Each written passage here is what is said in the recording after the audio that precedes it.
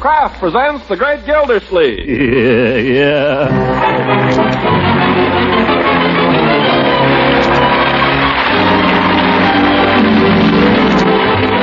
Kraft Cheese Company, makers of parquet margarine and a complete line of famous quality food products, presents Harold Peary as the Great Gildersleeve. Kraft brings you the Great Gildersleeve every week at this time, written by John Wheaton and Sam Moore, music by Claude Sweeten.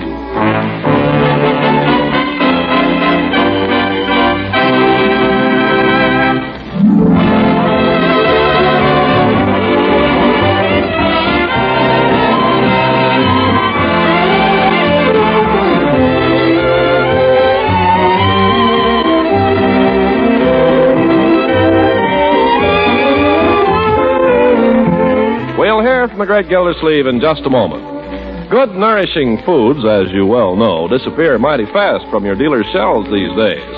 And that explains why sometimes he may temporarily be out of delicious parquet margarine that's made by Kraft. Yes, Kraft makes this nutritious, fine-flavored spread for bread. And, of course, Kraft is doing everything possible to keep your dealer supplied. These days, however, so many people prefer parquet margarine that dealers often find themselves hard put to keep up with the demand. So our advice is, watch your food dealer's refrigerator or his refrigerated display case and buy parquet whenever there's a new supply on hand. Remember, parquet is an excellent energy food and is fortified by Kraft so that every pound contains 9,000 units of vitamin A. And it's such a delicious, satisfying spread for bread. So look for and always ask for parquet, P-A-R-K-A-Y. Parquet margarine made by Kraft.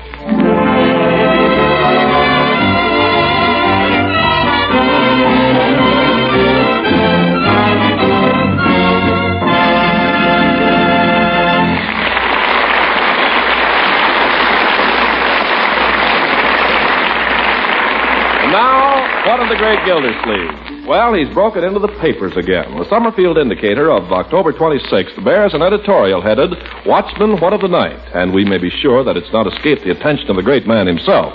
So let's drop in there and see how he's taking it. The action of Mayor Terwilliger in removing Throckmorton P. Gildersleeve from office and installing his own cousin, Dan McCarthy, as water commissioner can be attributed to nothing but politics. You said it. Mr. Gildersleeve may not have been perfect, but at least he had one virtue. He kept the water running. You're darn right. If Mayor Terwilliger has any hope of being reelected on November 7th, he will straightway return Mr. Gildersleeve to office. Hooray! Now they're talking. Hooray for us! Isn't that wonderful, Uncle Mort? I don't like that part there where it says I wasn't perfect. Oh, don't be silly. Nobody's perfect. Now, Marjorie. Bertie, you think that's any way for a girl to talk about her uncle? Oh, Mr. Gildersleeve, if you was perfect, you'd be up with the angels, which thank goodness you ain't. Oh, Uncle Mort, I'm so glad. I'm so glad. Now, my dear. I'm glad they showed up, that old Terwilliger, the old fool. I'm glad they finally gave you credit. Uncle Mort, I must say you don't seem very excited. I should think you'd be thrilled. Well, it's gratifying, my dear. Gratifying to have one's humble efforts recognized at last, even though the recognition comes too late. Too late? If you ask me, it's just in time. In another week, we might have been eating grass. We were at no time an actual want, my boy. Well, then what was all that you were giving us about we had to cut down? Why am I beating my brains out trying to scrape along on a 15-cent allowance? 15 cents? That ain't a living wage. That's not a living wage. You're darn right it's not. I was merely taking precautions, Leroy, during the period of my temporary unemployment to guard against a rainy day. Boy, I thought it was here. Well, it's gone now. The mayor will have to make a commissioner again, won't he, Uncle Mort? It doesn't seem to have occurred to anyone that I may possibly not be interested in the commissionership. Not interested? Don't tell me you're not going to take it. I have never sought public office, my boy. Are you kidding? At any rate, I do not seek it at this time. Oh, Uncle Mort, you ought to take it. Sure you should. Amen. What makes you say that, Bertie? I got the milk bill this morning. Oh. You think I should take it, do you? You think that being water commissioner is the best your old uncle is capable of, do you? You could do worse, Uncle Mort. You're doing worse right now. As you grow older, my boy, you will learn that it's best not to leap to conclusions, until you have all the facts in your possession. What do you mean? In exactly 1 hour and 15 minutes, your uncle has an appointment to confer with some of the biggest executives in the country. Yikes! What do they want to confer with you for? Is that so strange, my boy? Oh, no, but... I wondered why you had your best tie on. How do I look, my dear? Like an executive? Like $1 million. But, what are you going to see, Uncle Moore? Well, I wouldn't want this to get beyond these walls, my dear. But I saw Nelson Humpstone yesterday out at the factory. He's back from Detroit? And not only that, he's brought with him some of the big shots from International Bolt and Screw. Oh, You, think they might want to talk to you about a job? Well, they certainly don't want to run me for president. My hat, my dear. Leroy, my walking stick. Your walking stick? You heard me. Well, you haven't used that in years, huh? The occasion for it has not arisen.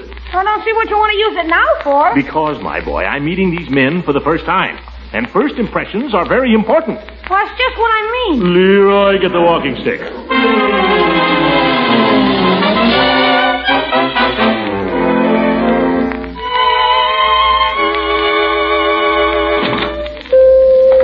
Hello, Mr. Gildersleeve. Hello, Peavy. Have you got a decent cigar in this so-called drugstore? Well, I have your regular brand, Mr. Gildersleeve. You haven't answered my question.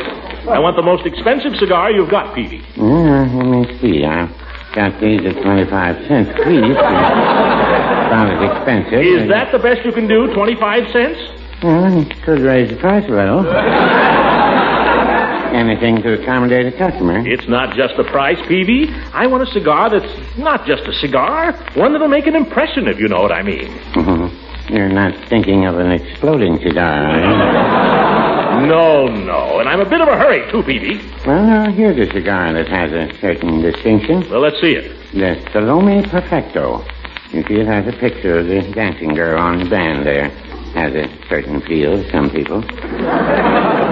No salamis, Peavy. Look, what I want is a cigar that I can offer to a big, important executive without being ashamed of it. Oh, well, you want the Garcia Profundo. Oh, do I? Yes.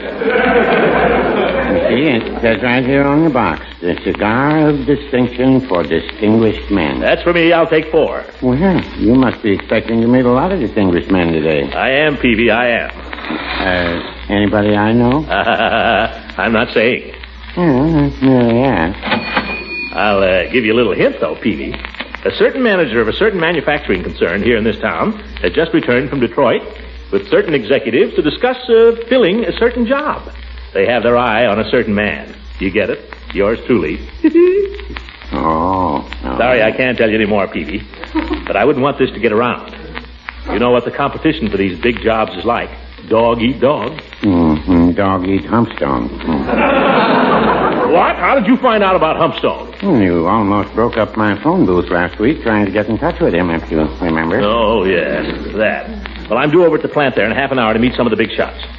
Confidentially, Humpstone tells me I've got the inside track. That's so? The inside track must be a little crowded. What do you mean? Well, Frank Jessup was in here this morning. You know him. Jessup? Oh, yeah, he has the Buick agency over on State Street. He had the Buick agency. He's out there at the plant right now. He is? Yeah, and then there's Walter Kornblum. I hear he's been... Kornblum? Oh, my goodness, it must be all over town. I'd better get over there. No, Mr. Gildersleeve, your cigars. Cigars? Oh, yeah, let me have them, Peavy. I hope they do the trick. Well, they ought to, at a quarter apiece. If it's any comfort to you, Jessup bought the 2 for 15 centers. Oh, great.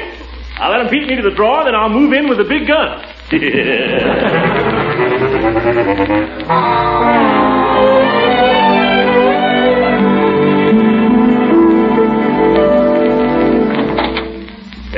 Mr. Humpstone, it's me. Come in. Oh, thanks. Well, here I am. You're early, Gildersleeve. Better early than late, I always say. Yes, sir. Punctuality, very important in business. Just put your hat on the file there. It won't be in the way. No, not at all. Have a chair. Thanks. Well, Mr. Gildersleeve? Well, Mr. Humpstone? Today should tell the story, I guess. Yeah, I guess so. Have a cigar. Oh, no, thank you. As a matter of fact, just a tip. We discourage smoking here at the plant. Oh? Yes, you see, J.G. doesn't smoke himself. And he doesn't like to see any of the men smoke either. J.G. Our executive vice president. You'll meet him in just a few minutes. Oh, yes. Well, I never smoke on the job myself. Just happen to have these things with me, so I thought if anybody could use them, maybe I'd better get rid of them before... No, just put them out of sight. J.G. is a funny duck. You have to know just how to handle him. Oh, how's that? Oh, you'll catch on. Now, A.K. is different. A.K. has a great sense of humor. Only you never know when he's kidding. Oh, how do you find out? You'll find out. It takes a little time, but for now, just take your cue from me. When I laugh, you laugh.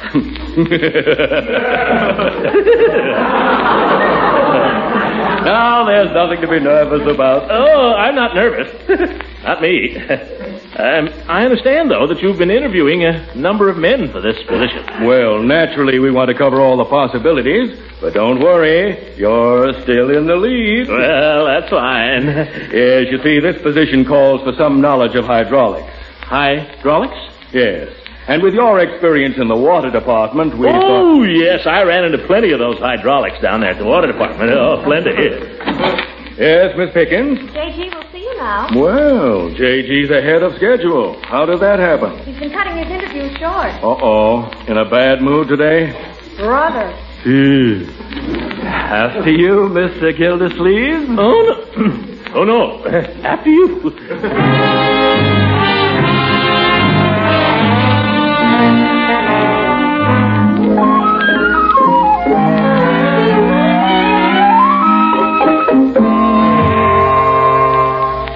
What do you think, Uncle Mort? Do you think he was impressed or not? I tell you, Marjorie, I have no idea. The man just sat there like a bump on a log. Didn't say anything, didn't ask any questions.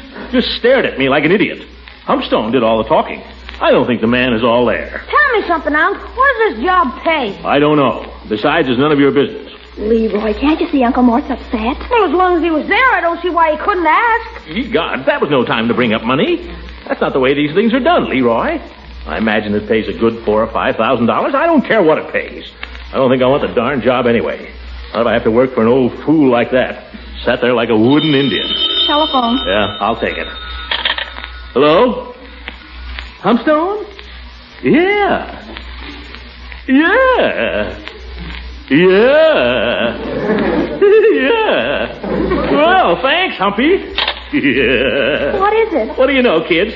Humpstone ran into J.G. in the washroom, and he likes the cut of my jib. Yeah, that's what he said. He likes the cut of my jib. You mean he likes you? Likes me. I'm in, kids. I'm practically in. Hurry up, he's in the chip. Oh, wonderful. By George, that J.G. is a smart hombre. He doesn't say much, but you know, all the time he sat there looking at me, I had the feeling he could see right through me.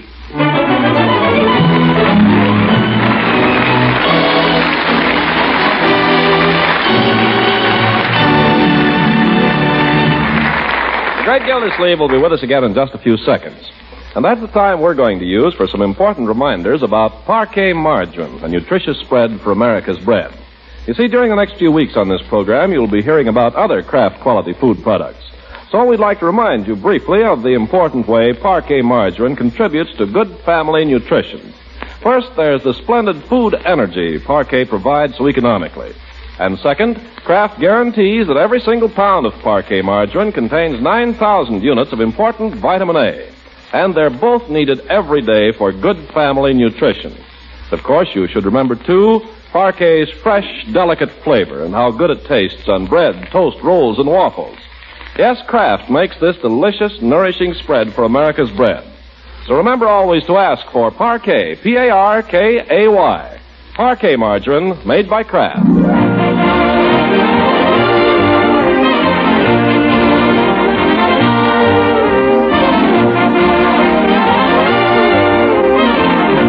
Now let's get back to the Great Gildersleeve. Full of executive fire, he spent the afternoon in his study, straightening out his papers, throwing away unpaid bills, and spinning around in his desk chair. Now, he and his family have enjoyed an early supper so that Bertie can attend a war chest meeting, and Gildersleeve is topping it off with a cigar. Sam, can we go to the movies? Not me, Leroy. You and Marjorie can go if you want to. Oh, boy, come on, Marge. Why can't you go, Uncle Mort? I'm going to stay home and do a little planning tonight. Think up some new ideas for the factory. Oh, come on to the movies, Unc. Suppose you think of something and then you don't get the job. All that thinking would be wasted. No thinking is ever wasted, my boy. Are you kidding? Yesterday I learned my my geography cold, and the teacher didn't even call on me. Had my hand up the whole time. Well, maybe she smelled a rat, Leroy. Learn your lesson again tomorrow and keep your hands in your pockets. Hey, you might have something there. Always work for me. And don't worry about me getting this job. The only question is, when do I start work? Uh-oh. See who it is, Leroy. Okay. That darn kid, Marjorie, isn't so different from the kid I was, you know it? Really, Uncle Mort? I just can't believe you were ever as terrible as Leroy. Oh, yes, I was. Well, the majesty of the law. Good evening, Throckmorton. Marjorie. Hello, Judge. Have a chair, Judge. Thank you. I am the bearer of an important message for you, Gildy. Yeah? By the way, I'm not holding up your supper, am I? No, Judge, we've already had it. Oh. Those are the breaks, kid. That will do, Leroy. What's the important message, Horace? It's from Mayor Terwilliger. He wants you to accept the water commissioner's portfolio again. Horace, you can tell the mayor to take the portfolio and blow soap bubbles through it. But, Gildy, this is the job you wanted. Best job you ever had. Got a better one now, Judge. You're looking at the man who's going to be Nelson Humpstone's new assistant at International Bolt and Screw. Or possibly his associate. Well, when did this happen? I went out and saw him this morning. Nothing to it. Is it really sewed up, Gildy? Oh, it's in the bag, Horace. Just a few details to be settled. Yeah, it's all settled except the money. Leroy, there's at least $4,000 or $5,000 a year in it, Judge. But have you really got it? How'd they ever come to pick you? Well, who else in this town knows anything about hydraulics? What do you know about hydraulics? Well, I bet I could learn all about it in 10 minutes. By George, I think I'll go down to the public library right now. They must have a book. Dozens of them. I'm going to do it. I'll glance through a few of these books. When I see those fellows tomorrow, I'll know more about hydraulics than old John W. Hydraulics himself.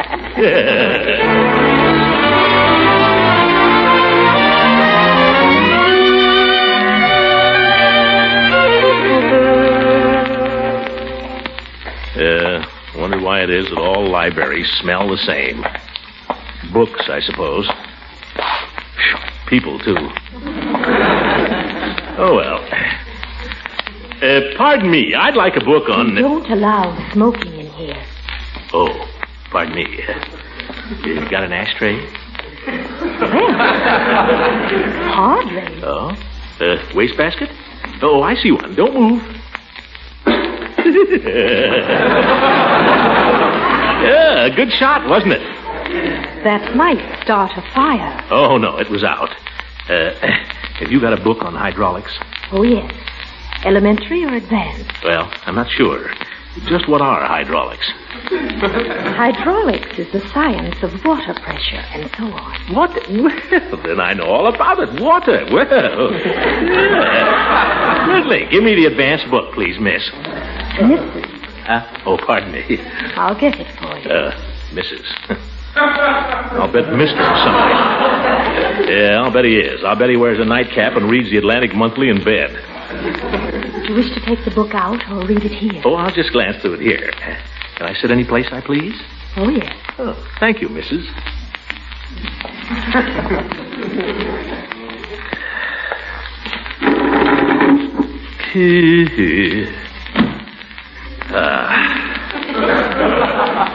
The laws of hydromechanics. That sounds good.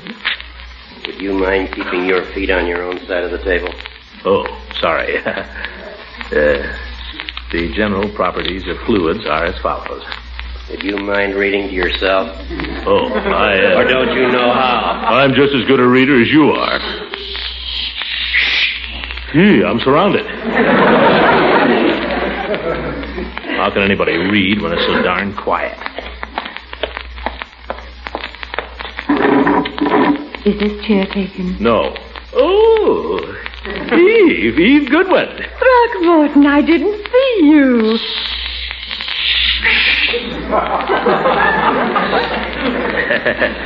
We have to be quiet in here, Eve. I know. Well, imagine meeting you here. I'm the one who should be surprised. It's awfully nice to see you. Well, nice to see you, too. It's been months. Would you mind conducting this reunion somewhere else?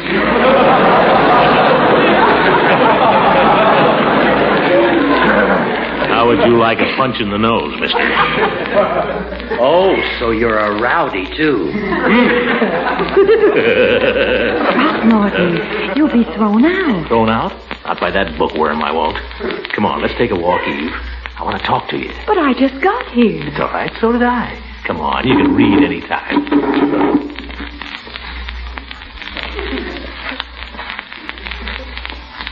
Goodbye, everybody!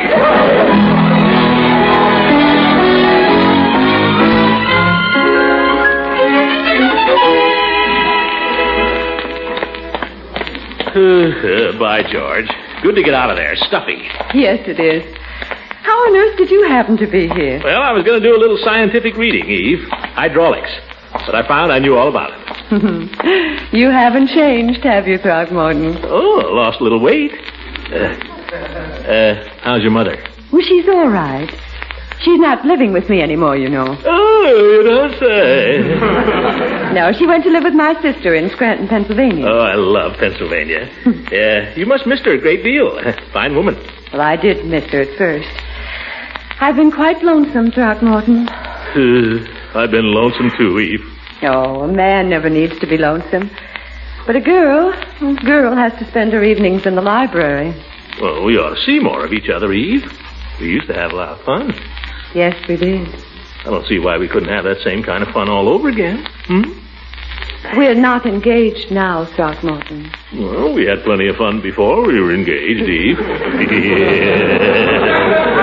Now, Throckmorton, we haven't seen each other in quite a while. Oh, take it a little easy, huh? Take it very easy. I saw the editorial in the paper this morning. I was so proud of you. Oh, that. Yeah, Terwilliger wants me back. Sent Judge Hooker crawling over to see me, begging me to come back. That's very flattering. How did you happen to leave the water department? Terwilliger I resigned. We had a difference of opinion on policy. It was him or me, so I quit. I, Throckmorton. It was him or I, so I... He. Certainly seems like the old days, Eve. I can't help correcting you, Throckmorton. I'm always so surprised when you make a mistake. Are you going back as water commissioner? Nope. Got something much better, Eve. Private industry. Oh, really? What is it? A fellow named Nelson Humpstone runs the war plant here. Yeah, it's a subsidiary of International Bolt and Screw. Humpy wants me as his assistant. Or possibly his associate. Sounds interesting. How did you meet this Mr. Humpstone? Through Leela Ransom. She knows him pretty well. Oh. Nothing between them or anything like that, of course. I mean, Leela arranged this meeting as a favor to me. I see. Leela'd do just about anything for me. I'm sure she would. Throckmorton, are you sure you're being wise to go back to private business? Well, why, certainly. It's a good job, Eve. Fine opportunity. Why not? Well, I thought when I read that editorial this morning, I thought how much you have to give the people of our city. All I ever give them is water, Eve. What are you getting at? Oh, you came awfully close to being nominated for mayor last June. I don't want to run for mayor again. Well, something bigger then. You have great capacity for leadership, Throckmorton. Oh, you think so? I've always thought so. Well, maybe I could become a big man in business, Eve. I imagine this job with Humpstone would pay $4,000 or $5,000 a year. Is that so much more than the water department pays? Well, no, but the future... Well, money isn't everything. You could be a great public figure. Your name could be known to thousands of people, maybe millions. Millions? Well, I kind of like that. On the other hand, that's kind of a gamble. Well, of course, if you never want to take a chance. Well, Hey, we're here already. Yes. Good night, Throckmorton. Oh, Eve, I've hardly seen you. Aren't you going to ask me in? I don't believe so. You've apparently lost something that was quite important to me, Throckmorton. Lost something? What have I lost? Your youth.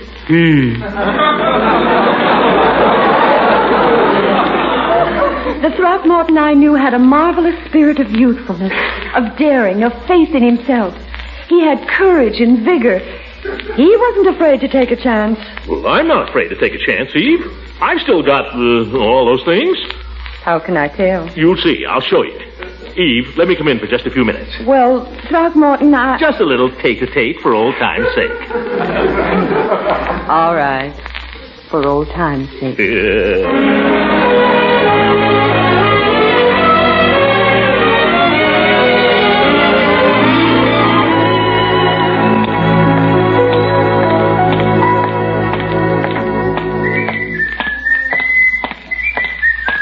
Well, good morning, Commissioner. Glad to see you back.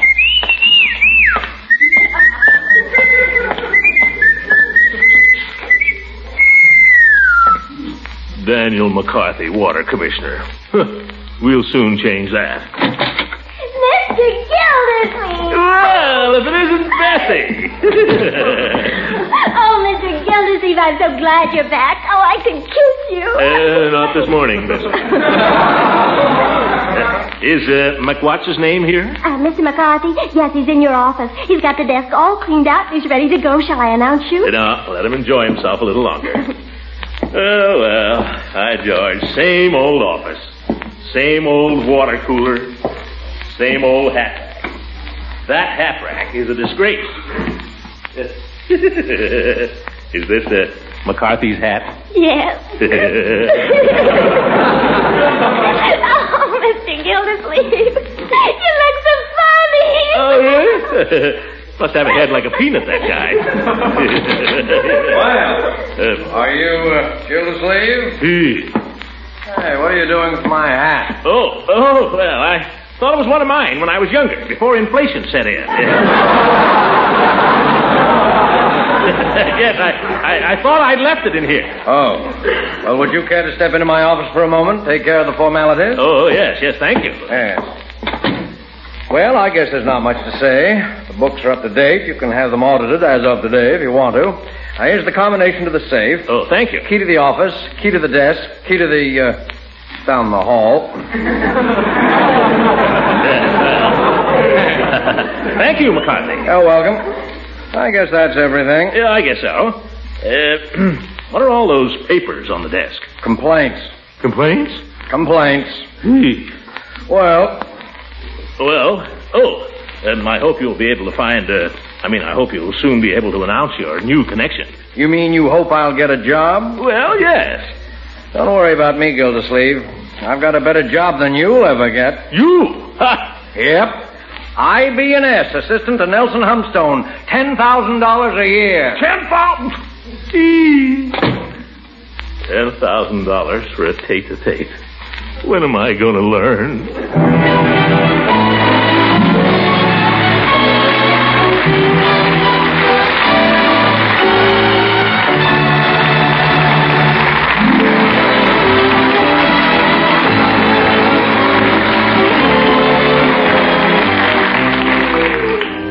Mr. Gildersleeve, what time you want breakfast in the morning? 7 o'clock, Bertie. 7 o'clock? 7 sharp. Starting work again tomorrow.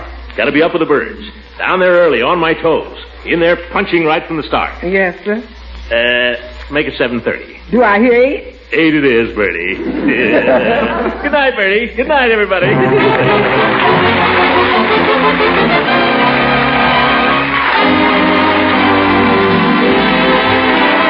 Music on this program was directed by Claude Sweeten. This is Ken Carpenter speaking for the Kraft Cheese Company, makers of Parquet margarine and a complete line of famous quality food products.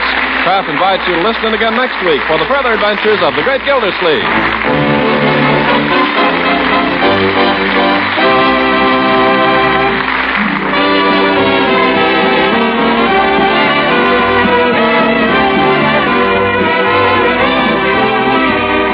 Here's how to bring out hidden flavors in meat, add new zest to salads, create new interest in vegetable, egg, and cheese dishes.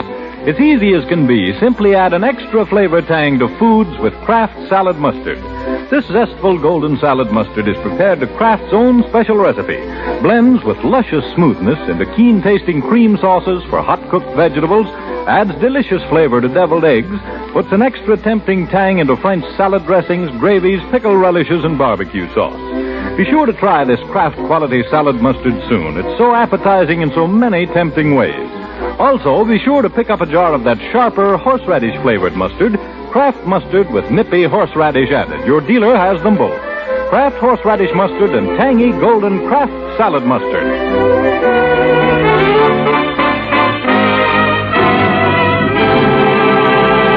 This is the National Broadcasting Company.